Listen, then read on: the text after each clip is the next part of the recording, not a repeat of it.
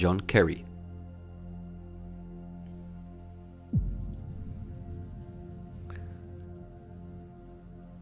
Tijdens de lezing van Van Ranst zit onze eigen Ab Osterhaus op het podium. En wat er besproken wordt is simpelweg schokkend.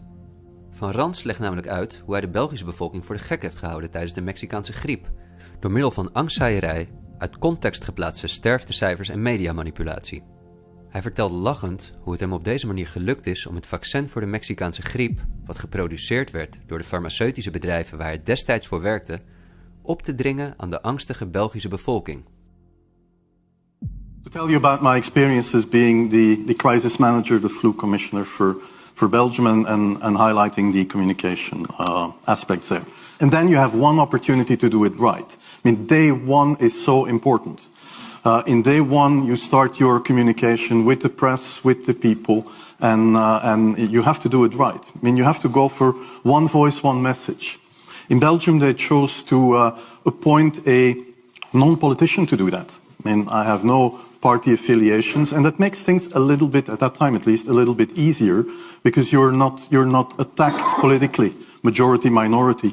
That doesn't come into play, and that was a huge advantage. The second advantage is that you can play in Brussels the complete naive guy and get a lot more done than you would otherwise be able to do.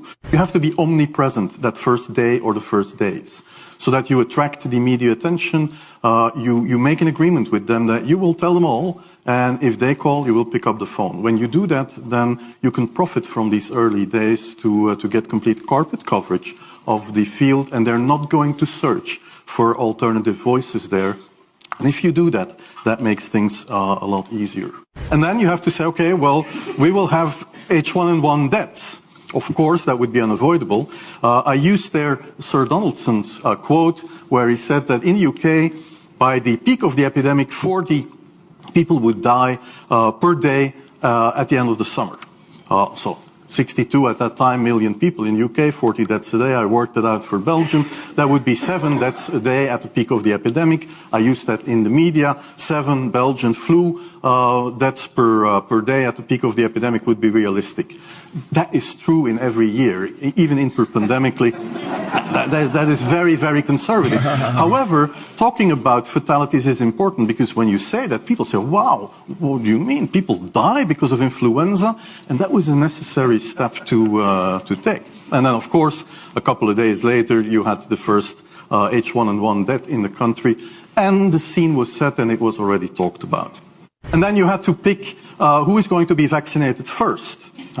And then, well, women and children first, whatever. I mean, risk groups, they were important.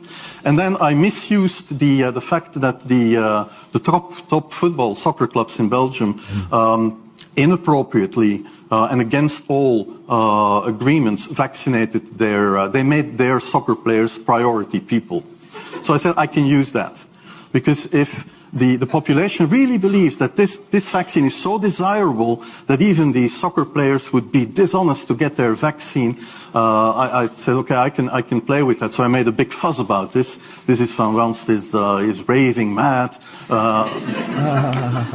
but it worked. De Chatham House-organisatie wordt eveneens gefinancierd door alle grote bedrijven van de elite. En onder andere de Gates Foundation.